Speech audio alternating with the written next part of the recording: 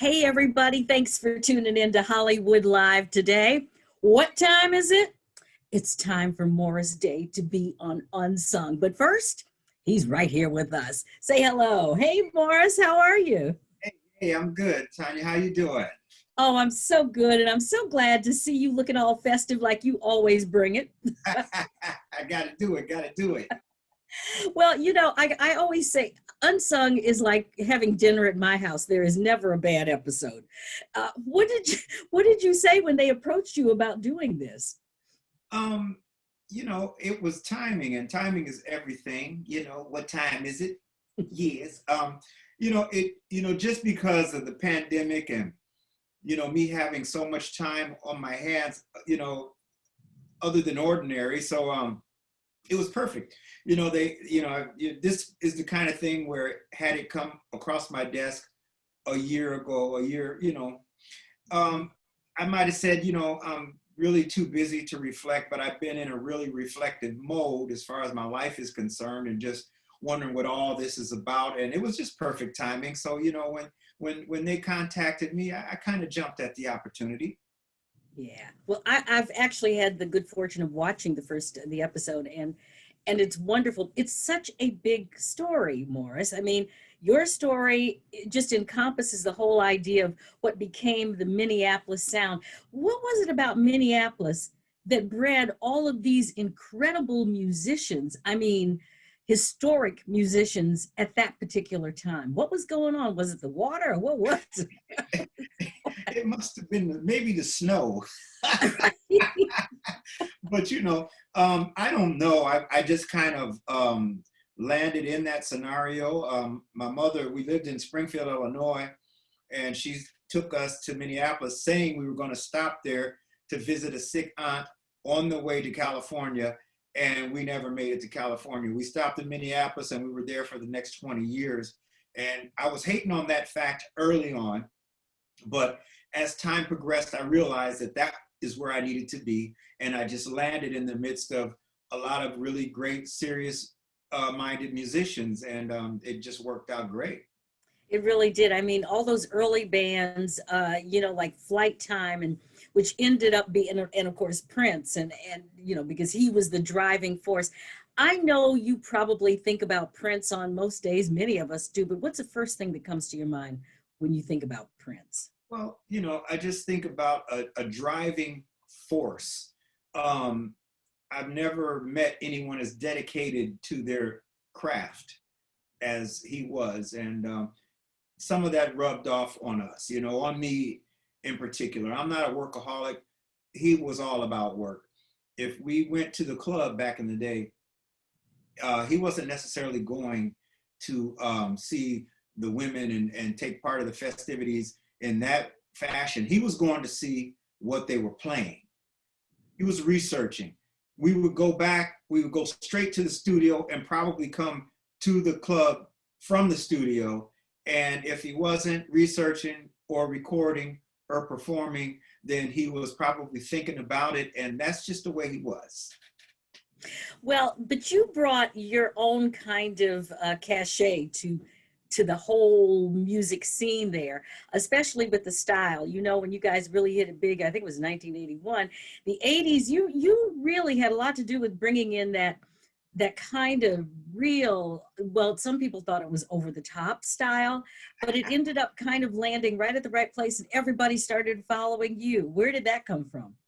That was just that was a process of evolution. It's like we went through a handful of singers trying to find a lead singer for the time when we put the band together, and nothing worked out.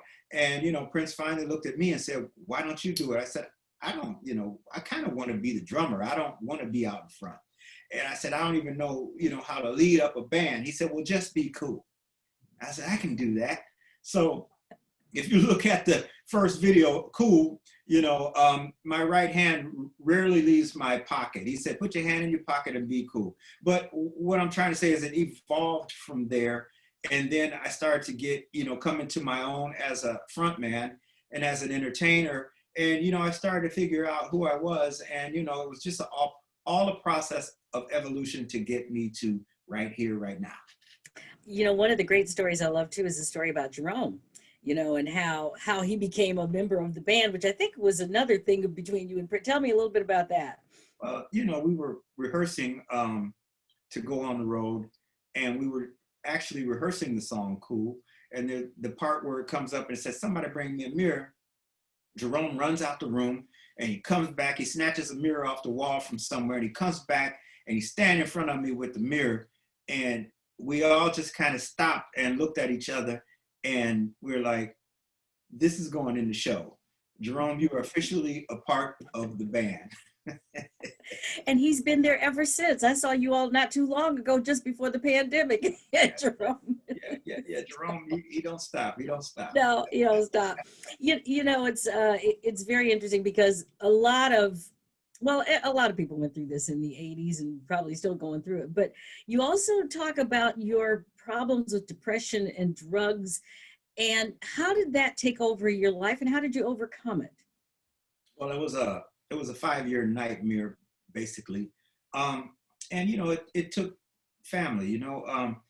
I just, there's a point where you just kind of feel like you're out there, and I became a recluse basically, and I didn't allow access to anyone and didn't really allow anybody access to me, and so I was up in my Beverly Hills house, and I don't know how my mom and my sister got past the front to get in, but they showed up in my house and just caught me at a very low moment. And I was embarrassed, depressed, and I had tried to get help prior to that. It didn't work out, but that moment just took me to another level, and I finally went in and came out on the other side of it. Yeah, you're very lucky because everybody doesn't. It's interesting because we've been in this pandemic and we've seen these problems arise in a lot of people again, and folks who have never really had the issue. What advice would you give to folks today who've gone through this and who now find themselves with a drug or drinking problem that they may not have even had a year ago? Yeah, well, it's you have to tap into your inner strength, tap into your family, the people that care about you, and it's there's no blueprint to getting through something like that, and it's it seems harmless and simple when you try something and you think it's just oh, I'll just do this, and then you look up and it's become a problem. So there's no blueprint for getting through it. The best thing to do is just keep people around you that care about you and that you care about. And, if it gets to that point, then they could probably help you get through it. Good advice. So going through this whole doing all this stuff with Unsung and this docu series, what was the thing that you learned about yourself that you didn't really know before going through this process here? Well, let me put it like this. First of all, I don't know if y'all know about this, but this is my book. It's On Time, A Princely Life in Funk. It's the memoirs of Morris E. Day. Now, I went through that process. 2017, I think we started the book. So really, I went down those corridors and those alleys that I didn't want to go down again, that ended up being somewhat of a healing process for me. And so by the time I got to Unsung, I'd already been down that road. So, it was a healing process. I did delve into areas of my life that I didn't want to bring back up or have to think about again, but it is healing. I got a lot of it off my chest. And so I guess, doing Unsung just kind of helped me reinforce, the healing process, and it's all good. The thing about it is what people fail to realize is behind these entertainers that they love, there's a real person with real life and real issues. And that's what Unsung sort of, dives into and lets people know. Yeah, they really do. And they do it better than most, I have to say. Like I said, never a bad episode there. And I've seen yours and it's really great. I do have to ask you though, because growing up in Minneapolis, and then now, if people didn't even know where Minneapolis was, they certainly, because they did because of your sound, but now they know because of George Floyd. Yeah. And we're now going through that trial and just the horrible thing that happened there. When you and saw that story and heard about what was going on, what came to your mind? Because you grew up there. Was it the same kind of place or environment when you were growing up? I think what happened there, Tanya, is Minneapolis reared its ugly head. And that's something that we saw as kids and we just accepted as normal because that's the way we got treated.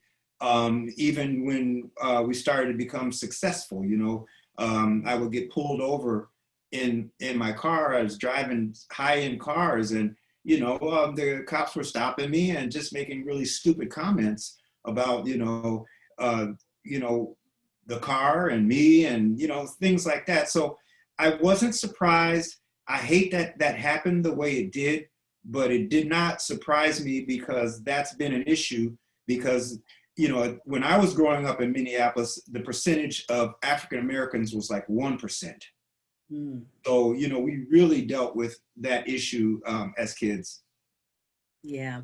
So, moving forward, because we are going to come out of this pandemic, and I hope that you've started at least working on getting your vaccine if you haven't had it yet, because I'm suggesting everybody get one.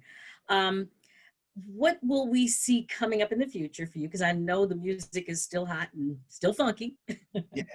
Well, we're gonna see Yeah. people, we're gonna see people going after whatever their favorite hamburger is, because you've been in pandemic, you haven't been able to see a good concert. That's just like keeping you back, from, getting that cheeseburger that you love, So we're gonna serve up the cheeseburger with the fries and supersize.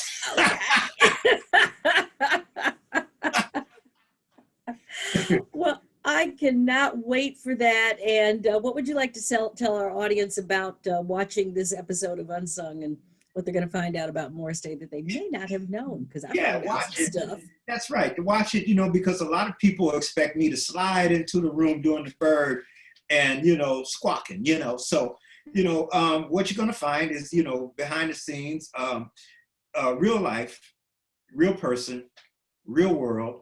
And, and yet still the same person that I hope you love to see. And so you will see the balance and the real story. Will we see the bird again? Supersized with the fries. You go on with your bad self, honey. We love you. Always will. Just keep it fresh and funky like you have for all of these years. Thank you. And you'll be all right. That's right. That's right. Thank you, Morris. And I'll see you soon. Are you still here in LA? Yeah, I'm here.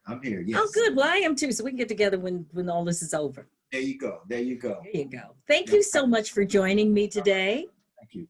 And everybody else, thank you for joining in because, you don't want to ever miss Hollywood Live. As you see, we bring it fresh and funky all the time. Everybody be good to themselves, take care, and wear your mask until this is over, okay? Thank you.